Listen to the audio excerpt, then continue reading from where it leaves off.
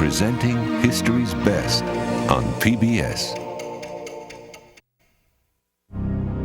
Funding for the 50 Years' War, Israel and the Arabs, was provided by the Corporation for Public Broadcasting and PBS viewers like you.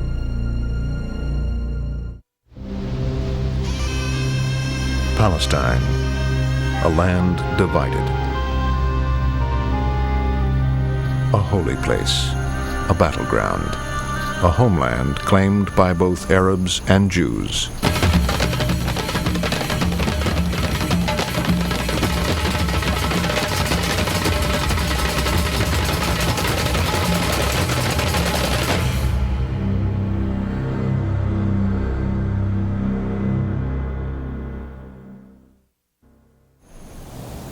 By 1947, the lines were drawn.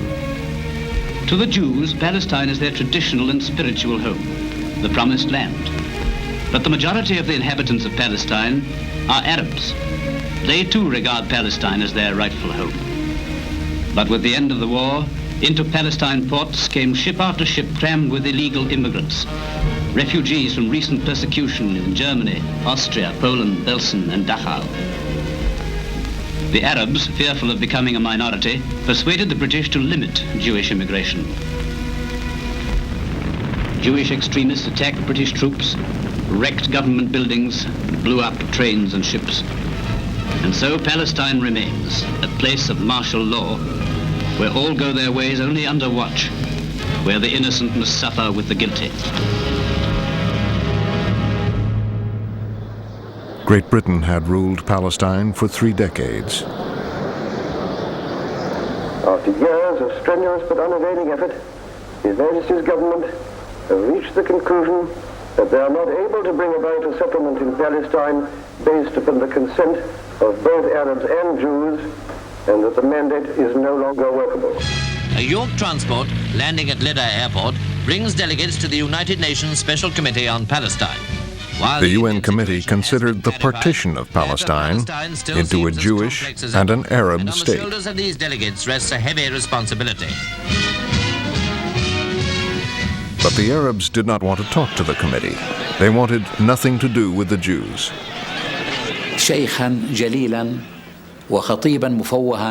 Sabri ad-Din was an honorable sheikh and an eloquent speaker. And he said, if the Jews want to take Palestine from us, we swear that we will throw them into the sea. And he pointed to the Mediterranean, which was a few hundred meters from the place where we had gathered.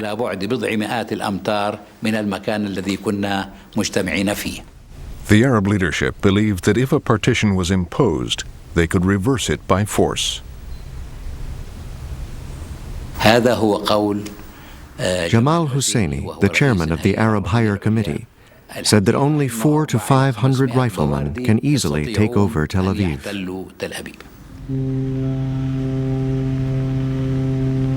While the committee was still in Palestine, a ship called Exodus arrived in Haifa, loaded with Jewish Holocaust survivors. Done good war service. But now she had on board some 5,000 Jews who'd hoped to enter Palestine illegally. When she was boarded at sea by the Navy, a fierce battle was fought on her decks, resulting in many casualties on both sides. The UN committee saw firsthand the immigrants' despair when they were forced to return to Europe.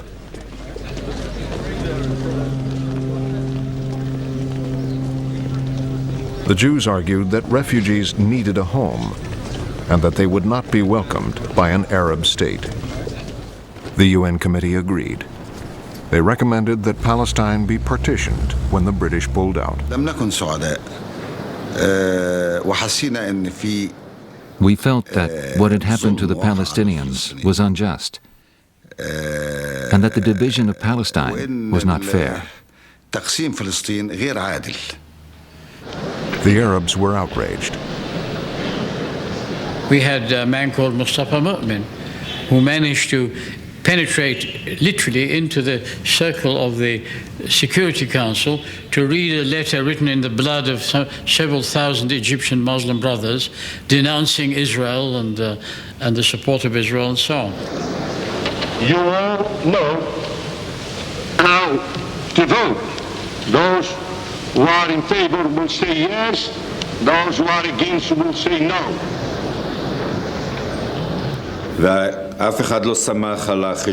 No one relied on the calculations made by the President of the Assembly. Each person held his own pencil and piece of paper and calculated whether or not there was 2/3 for the partition or not. The United Kingdom, abstain. The United States, yes. Uruguay, yes. Venezuela. And towards the end, during the last countries, USA, Venezuela, etc., we found there was 2/3. We jumped from our places with joy. We wept, we hugged, we kissed. The resolution of the DUC Committee for Palestine was adopted by 33 votes, 13 against, 10 abstentions. I was glad. I was very glad. Because for me, it was important that the UN, according to the Decree of Nations, was granting the Jews, I'd say the Zionists, an independent country on the land of Israel.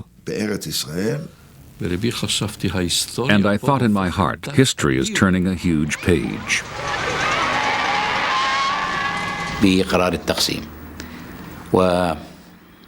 The news was broadcast at 8 p.m. The Palestinian people listened to it everywhere, and there was this feeling of frustration and sadness, a feeling of catastrophe which was about to befall Palestine.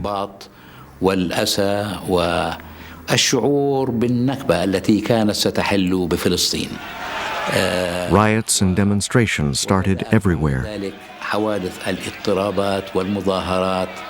في مختلف مناطق فلسطين. The Arabs attacked Jews and the Jews hit back. Cities and neighborhoods were divided along religious lines. In Jerusalem, an Arab car bomb destroyed the Jewish agency offices. 7 were killed, more than 100 wounded. The 50 Years' War was underway. Palestinian forces from towns and villages along the road to Jerusalem were commanded by Abdul Qadir el-Husseini. They blocked supplies going from Jewish-held Tel Aviv to a besieged Jerusalem.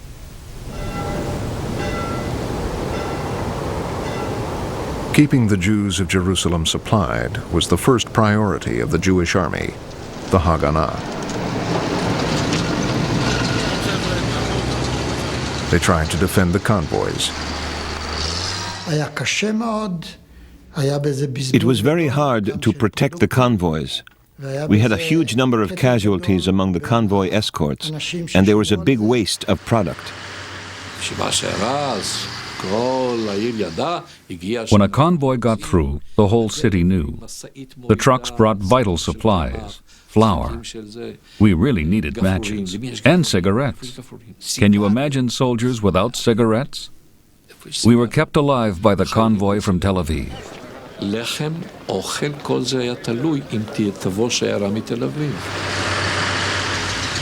We started with military operations to make sure that the road between Tel Aviv and Jerusalem will not be endangered by the big villages or towns that were along the road, wherefrom came all the attackers on the convoys. A special Haganah brigade was formed to open the road to Jerusalem. The system was to attack the village, to give warning to the civilians, to destroy the village. And by the elimination of the villages alone and adjacent to the road, we were sure that there would be no attacks. The Jews tried to seize Kastel, a village controlling the road to Jerusalem. It was a Palmach unit, my troops, that captured the Kastel. And it was here that Abdel Qadir el-Husseini, the Palestinian leader, was killed. Enraged, Husseini's soldiers went to recover the body of their leader. The Arabs counterattacked. Our reinforcements were wiped out. It was a very black day. Down the road from Castel, there would be another battle that day. Two Jewish extremist organizations, Irgun and Lehi, which had fought the British, were eager to prove themselves in the new war. It was such a tragedy. Deir Yassin was a lovely village. The events at Deir Yassin would haunt relations between Jews and Arabs for years to come. Deir Yassin had stayed out of the fighting. It was not on the Haganah's list of hostile villages.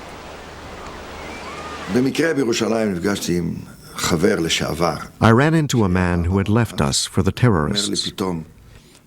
He told me that the Irgun and Lehi had got permission from our commander to attack the village of Deir Yassin.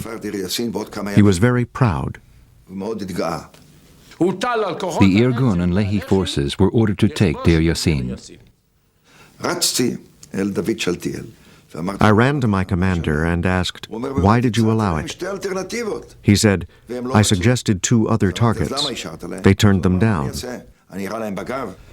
He said, "I can't shoot them, can I?" So I decided to spy on them.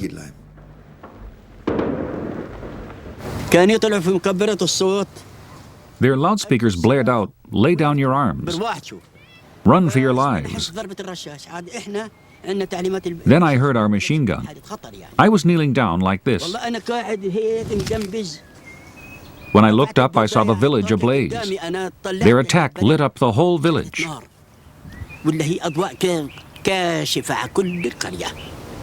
The village was not the soft target the Jews had expected. From the windows of their houses, Arabs were shooting at our soldiers. And from a force of 132, we had 42 wounded and 6 dead. The commander ordered a house-to-house attack. So I gave the order, before entering a house, throw a couple of grenades inside. They threw a grenade into one house. 28 were killed.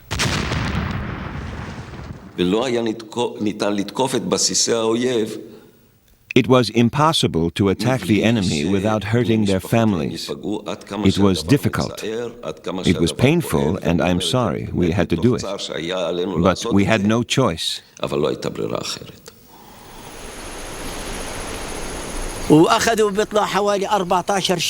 After the battle, they took 14 prisoners. They lined them up by the quarry and mowed them down. They threw their bodies in the quarry. That's what happened.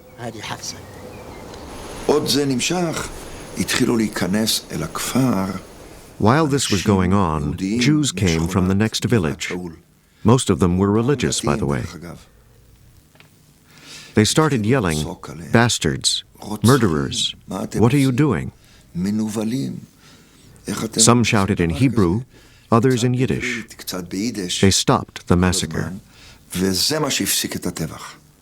110 Arabs died in Deir Yassin. Some died fighting, others were murdered. The survivors were taken to Jerusalem.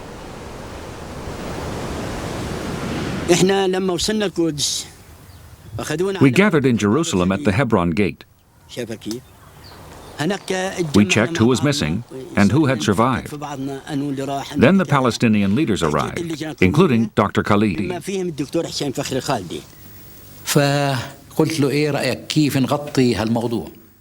I asked Dr. Khalidi how we should cover the story. He said, "We must make the most of this." So he wrote a press release stating that at Deir Yassin, children were murdered, pregnant women were raped, all sorts of atrocities.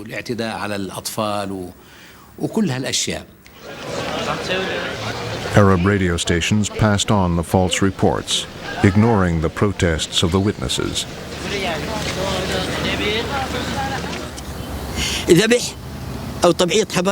We said there was no rape. He said we have to say this so the Arab armies will come to liberate Palestine from the Jews.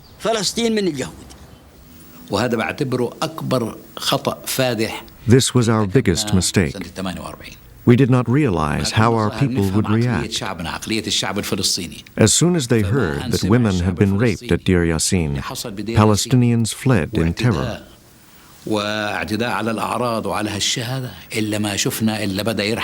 They ran away from all our villages.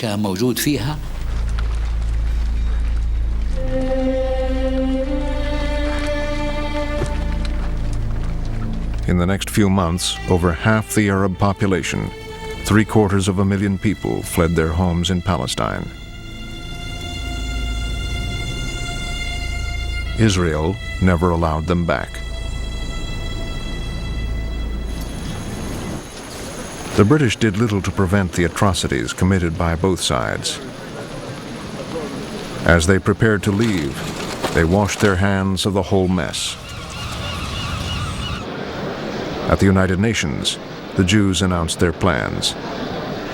Not later than May 16th next, a provisional Jewish government will commence to function in cooperation with the representatives of the United Nations then in Palestine. The Jewish leadership sought political support abroad.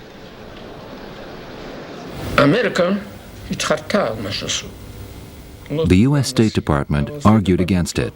Their first response was, no country, no state.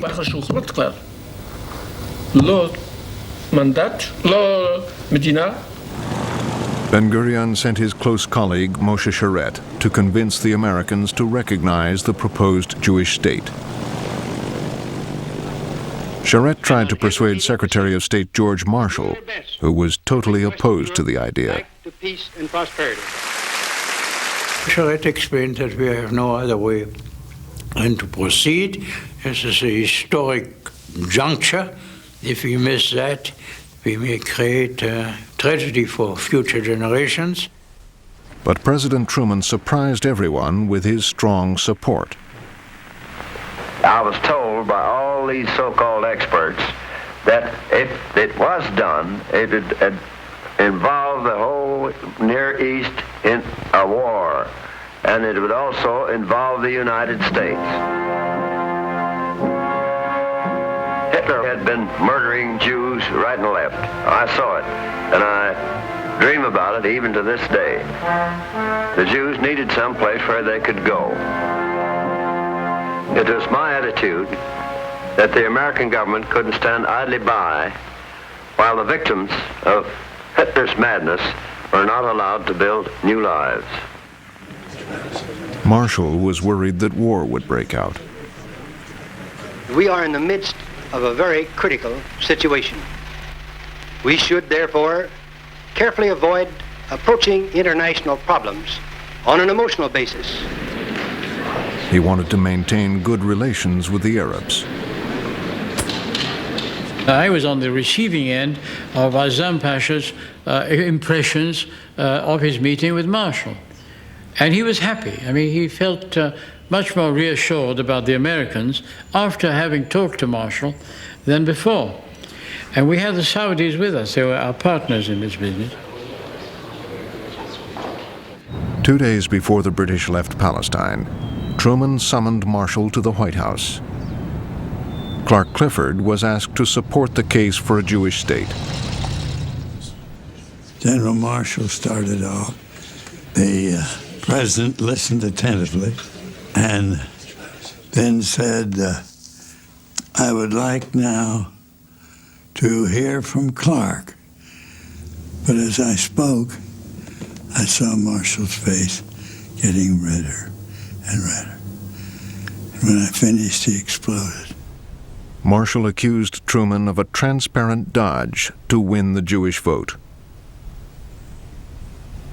Clark Clifford did not disguise the fact that Marshall was raging mad.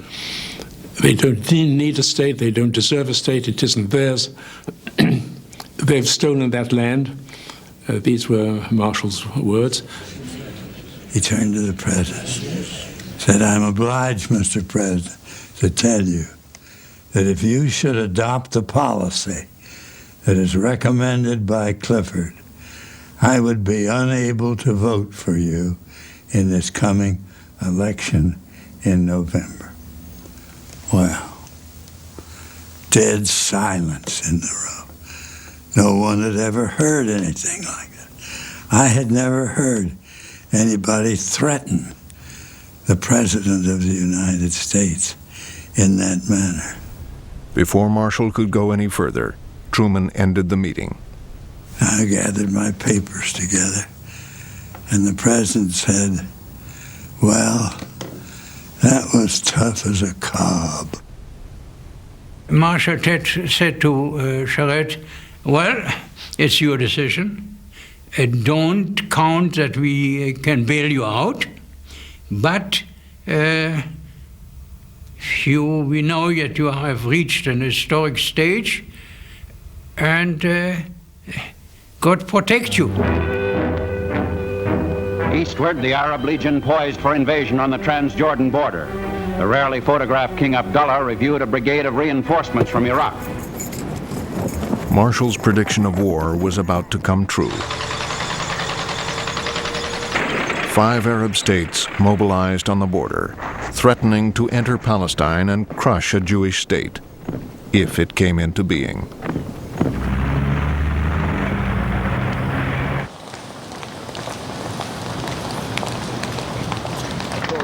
For the Jews of Palestine, this was a critical moment. Ben-Gurion was determined to go ahead with or without international support. I had to act fast. I didn't consult anyone. Today, the British mandate over the land of Israel ends. We declare a Jewish state in the ancient land of Israel. It will be called the State of Israel.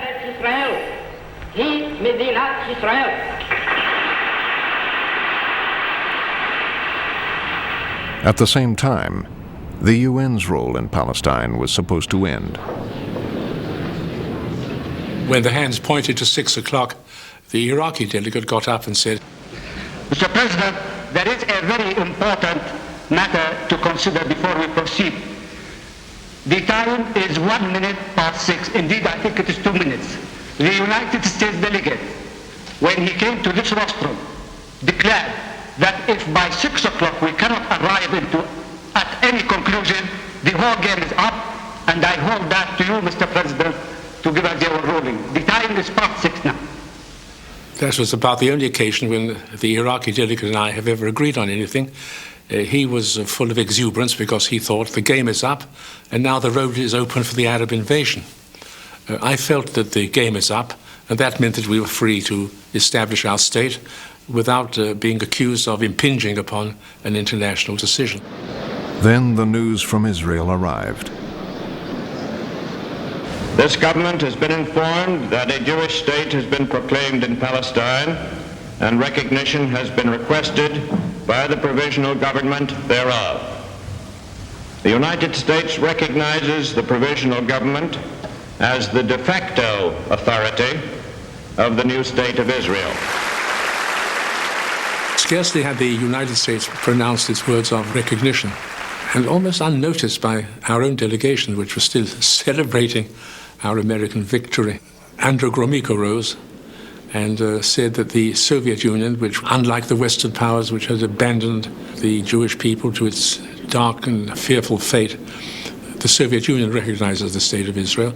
And therefore I would say that the issue of Israel's recognition was solved almost miraculously within a few hours of our independence declaration. After 2,000 years of exile, the Jewish people had a state of their own.